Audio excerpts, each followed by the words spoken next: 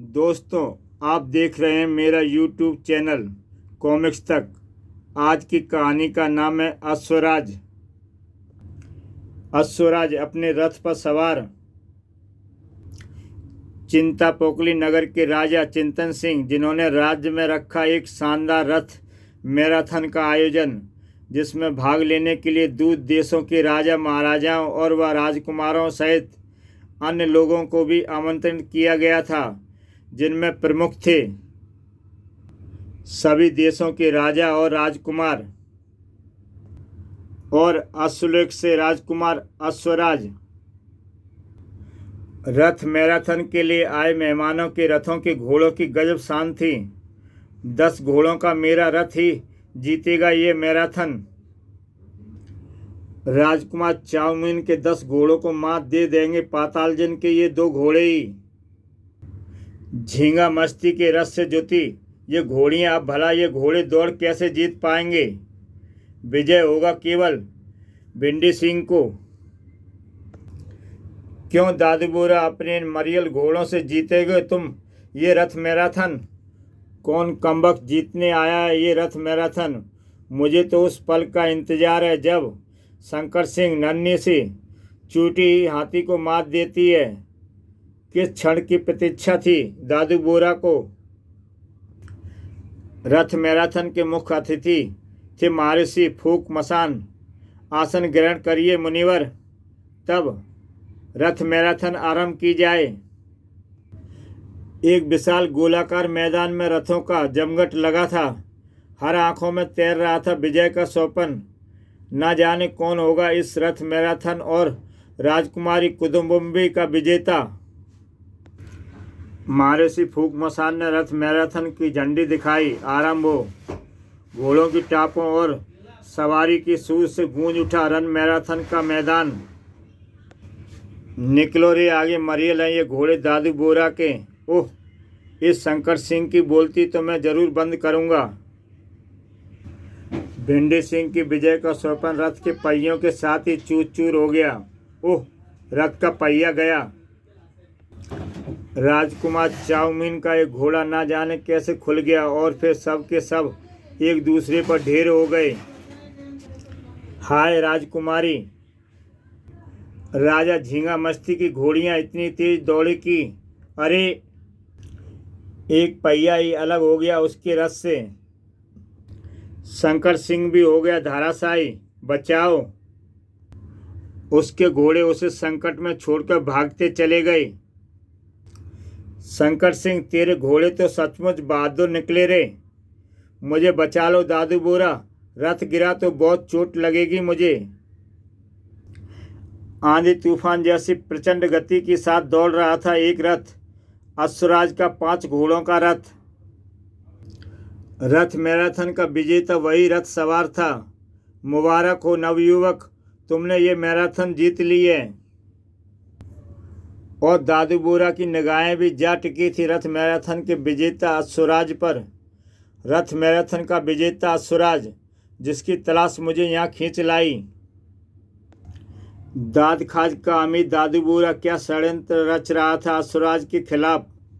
अब मुझे कोई नहीं रोक सकता कारू का खजाना प्राप्त करने से। राजकुमारी कुदुम छुम्बी ने जयमाला अश्वराज को पहना दी। समापन समारोह के पश्चात सब मेहमानों को उनके कक्षों में पहुंचा दिया गया। राजकुमारी का सौंदर्य अश्वराज को ले आया रथ मैराथन में खींचकर। अद्भुत है राजकुमारी कुदुम छुम्बी, तुम्हारा रूप सौंदर्य। रूप सुंदरी का अस्तित्व खतरे में था। बौने शैतान बुखारी की बाहर निकालना होगा। दादू बोरा की आंखों में सांप सी चमक। बौने शैतान बुखारी, बौसोलिया, अब बाहर निकल इस डिबिया से। आश्चर्य, नन्हा सा अंगूठे भर का बौना शैतान बुखारी बाहर निकला तो। दादू बोरा, कैसे याद किया?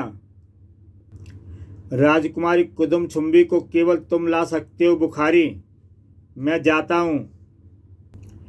राजकुमारी के कक्ष तक पहुँचना मेरे लिए मुश्किल नहीं। इन दो पहरेदारों से तो निपटना ही होगा। पहरेदारों के लिए ये चौंकने के क्षण थे। अरे ये बौना कहाँ से घुस आया यहाँ? बौना नहीं हूँ मैं, शैतान हूँ। बौने का शस्त्र हवा में लहराया। खच्चाक। तभी एक सैनिक आ गया। अब तू यहाँ से बचकर नहीं जाएगा बौने शैतान। गजब की फुर्ती थी बुखारी में।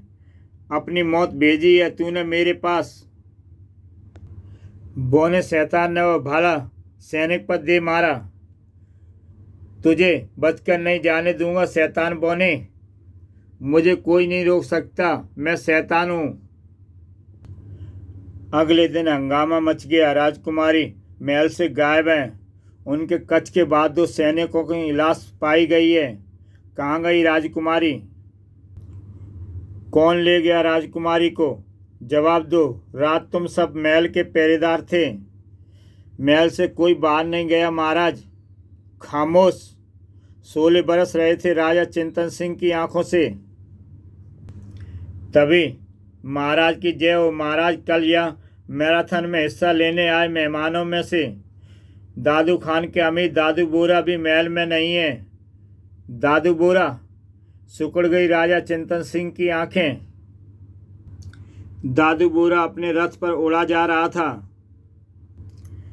राजकुमारी कुदुमछुम्बी को मेरी कैद से केवल मैं स्वतंत्र कर सकता हूँ। बौने शैतान बुखारी ने लाजवाब काम किया है। अब मुझसे दूर नहीं है कारू का खजाना। किस खजाने की बात कर रहा है दादू बोरा? महल में अश्वराज ने घोषणा की, मैं जाऊंगा राजकुमारी कुदुमछुम्बी की तलाश में। किंतु अश्वराज, उसे रोको मत राजन। कोई साधारण मानव नहीं बल्कि एक विलक्षण मानव है अश्वराज। जाने दो उसे। झक्का डवन में रथ रोका अश्वराज ने। अब इसकी मदद के बिना मैं एक कदम भी आगे नहीं बढ़ सकता। रक्तांबर, कालाखोर, अश्वभट, नीलकंठ, अश्वशक्ति, तुम पांचों पांच हाथ हो मेरे। तुम पांचों पांच हाथ हो मेरे। शैतान दादू बोरा की खोज में तुम्हें मेरा साथ देना होगा। कालाखोर, तुम्हारी विशेषता है कि तुम मीलों दूर तक सूंघ सकते हो। शैतान दादू बोरा के घोड़ों का गंध सूंघ रहे होगे तुम। किस दिशा में गया है दादू बोरा? बताओ कालाखोर। ओह, ये तो उत्तर की ओर संकेत कर रहा है। रक्तांबर, तुम दूर तक देख पाने में सक्षम हो। देखकर बताओ कि उत्तर दिशा की ओर दादू बोरा कहाँ है। रक्तांबर का संकेत समझ गया अश्वराज। श्रेय शक्ति, क्या तुम उस शैतान की आवाज़ सुन पा रहे हो? तुम भी तो मीलों दूर तक सुन सकते हो अश्व शक्ति। राजकुमारी कुदुमछुम्बी को मेरे अलावा कोई नहीं देख सकता। श्रेय शक्ति, क्या सुना तुमने? अश्वभट को बताओ। अश्वभट के पास भी थी अद्भुत शक्ति।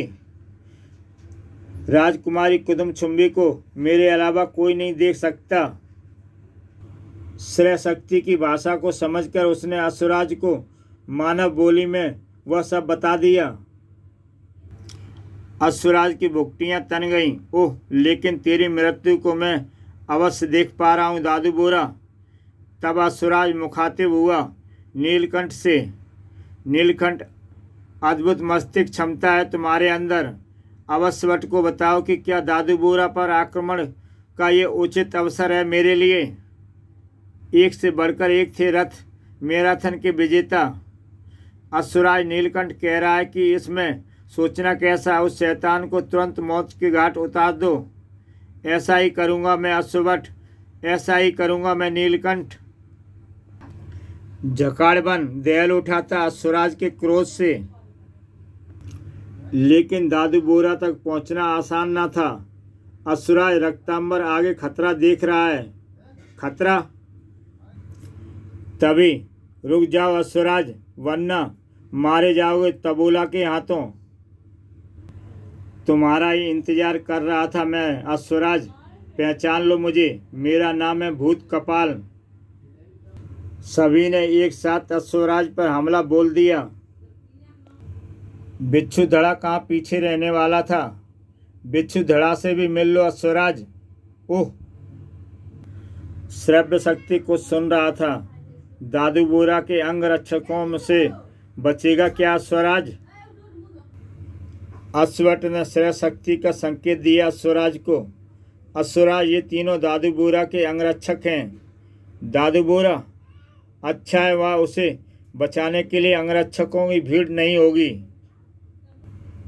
अश्वराज, अश्वराज, अकेला अश्वराज। तब बोला भूत कपाल बिच्छू धड़ा, तीन तीन शैतान। अश्वराज बचा तबोला का बार। बात तो अश्वराज के बचाना तुम। ओह, अच्छी तलवारबाज है ये तबोला। मेरे तरकस तलवारों से कभी खाली नहीं होता। दुश्मन का गला रेतने के लिए एक तलवार हमेशा रहती है उसमें, और वह तलवार लेकर अश्वराज पर छलांग लगा देती है। इस बार अश्वराज ने अपने हाथ को थोड़ी सी हरकत दी, इसलिए मैंने अभी तक तलवार नहीं चलाई थी। अचानक, अरे कहाँ गायब हो गई तबोला। तबोला को छोड़ो अश्वराज, मुझसे लड़ो, लड़ो या मरो। अश्वराज झुककर उसका बार बचा गया। अश्वराज भूतकाल के वारों से बचने की कोशिश कर रहा था। भूत कपाल की टक्कर से बचना अश्वराज। ओह, यह क्या, यह तो तिलस्मी शक्ति का प्रयोग कर रहा है। अश्वराज के बाण ने उस कपाला के कई टुकड़े कर दिए। इस बार संभलने का अवसर नहीं दिया अश्वराज ने भूत कपाला को। क्यों भूत कपाला, इस हाथ को काट दूं ना। इसके साथ ही भूत कपाला भी हो गया गायब। अरे ये भी गया, ये भी गायब। और अब था अश्वराज के सामने बिच्छू धड़ा। बिच्छू धड़ा के जहरीले डंक दर्द करते हैं शरीर में। अश्वराज डंकों से बच जाता है। डंकों से ही वार नहीं करता मैं, लेकिन बड़ी फुर्ती के साथ पलट कर आया अश्वराज। तेरी जिंदगी और मौत मेरे हाथ में है बिच्छू धड़ा। और इसी के साथ बिच्छू धड़ा भी गायब। किंतु अगले ही पल, अरे ये तीनों तो फिर प्रकट हो गए। हम तीनों का संयुक्त आक्रमण नहीं झेल पाएगा अश्वराज। महर्षि फूक मसान ने झूठ नहीं कहा था। विलक्षण मानव था अश्वराज, अद्भुत विस्मयकारी अश्वलोक का महाबली, महापराक्रमी अश्व मानव अश्वराज। अश्वराज ने आधा धड़ अश्व का, आधा धड़ मानव का धारण कर लिया। चमत्कार। अश्वराज अब उन्हें दिन में तारे दिखा सकता था। धड़ाक। इसी के साथ तीनों पुनः हो गए गायब और अपने रथ पर पहुंच चुके दादू बोरा। बस बस अश्वराज, तुम्हारा यही रूप देखने के लिए आंखें तरस रही थी मेरी। दादू बोरा, तुम। तुरंत ही अश्वराज में परिवर्तित हो गया अश्व मानव। राजकुमारी कुदुम्बुम्बी कहाँ है शैतान, उसका पता मैं तुम्हें तब बताऊंगा अश्वराज, जब तुम मुझे लाकर दोगे कारू का खजाना।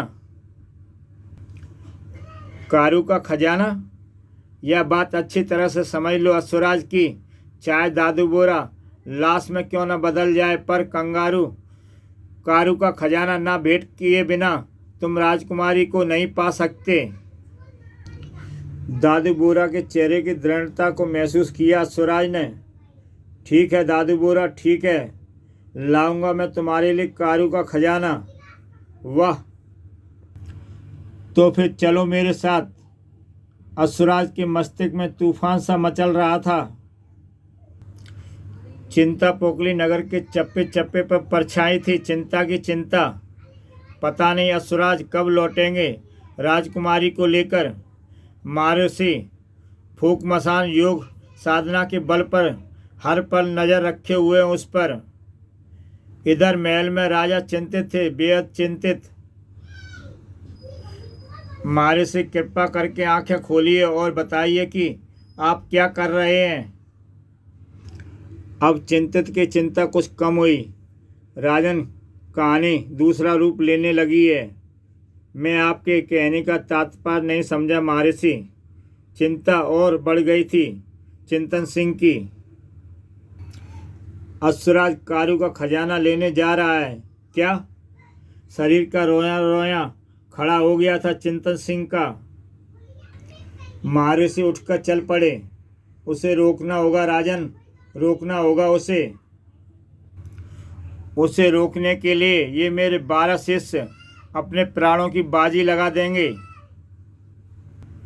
क्या ऋषि के 12 शिष्य अश्वराज को कारू का खजाना लाने से रोक पाए? इन सभी प्रश्नों के उत्तर जानने के लिए आप मेरे YouTube चैनल में जाकर अश्वराज का दूसरा भाग कारू का खजाना देख सकते हैं। ऐसी बेहतरीन कहानियाँ देखने के लिए मेरा YouTube चैनल सब्सक्राइब करें। कल फिर एक और नई कहानी लेकर मैं आऊँगा।